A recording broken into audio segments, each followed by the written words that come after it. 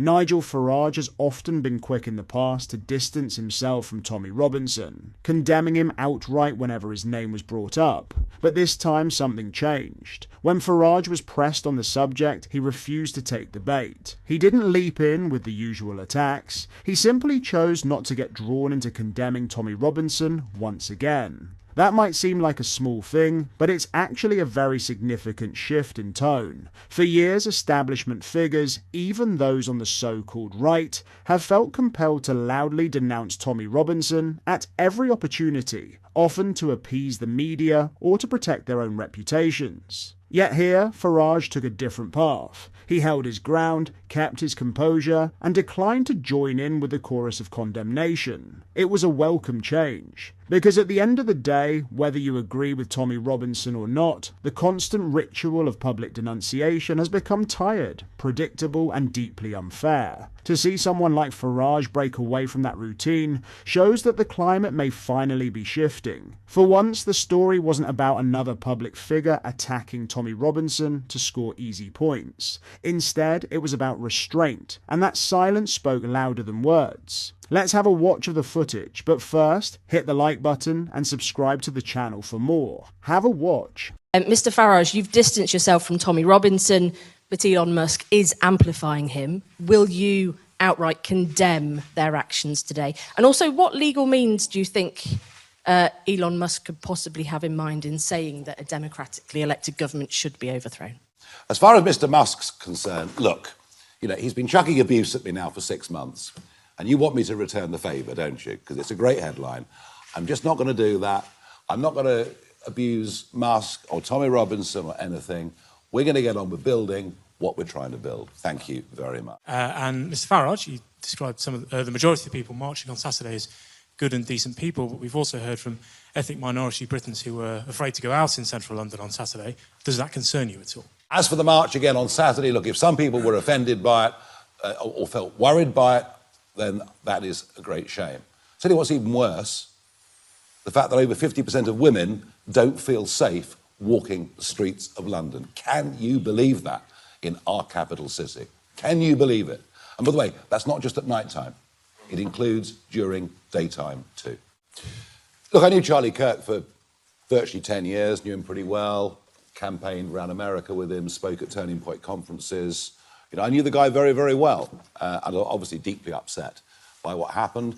Some of the reaction to it was vile. Vile. But if you believe in free speech, you have to allow people to say distasteful things. But equally, if you believe in free speech, you believe there are limits to free speech. An incitement to kill, I would have thought, I know, is way beyond what even a free speech champion such as myself thinks is acceptable. And yes, these were aimed at me personally. I mean, look, it's not a very pleasant experience, let's put it like that. And so I did challenge the police to do something, but they've decided this does not meet the threshold. Gosh, imagine if I'd made some joke about the trans community. I'd probably be in real trouble. And that is at the heart of two-tier Britain, two-tier policing, two-tier justice and two-tier care. And it's one of the reasons the flags are going up all over this country. The public have sussed it.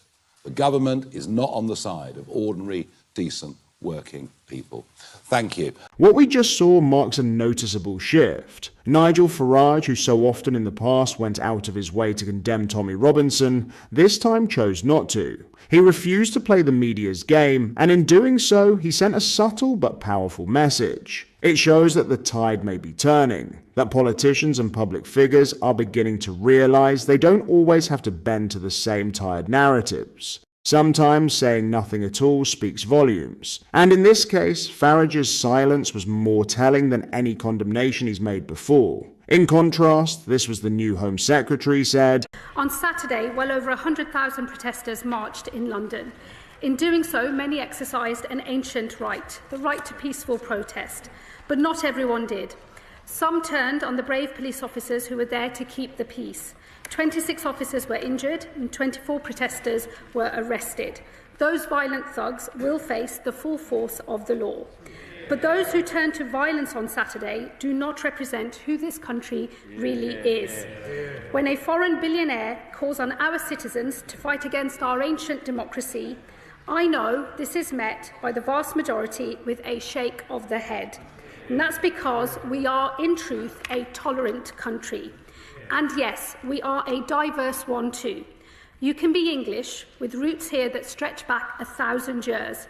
But you can also be English and look like me. The St. George's Cross and the Union Jack belong to us all. They are symbols of unity, a kingdom united, and they must never be used to divide us. The words that were used at the weekend are abhorrent, and I know that the vast majority of people in this country will feel the same way, whether you're a hostile state or a hostile foreign billionaire. No one gets to mess with British democracy. What are your thoughts on what we discussed in today's video? Let me know down in the comments section below. If you've not yet already, make sure you do drop a like on this video and subscribe to the channel for more British content. Thank you, take care, goodbye.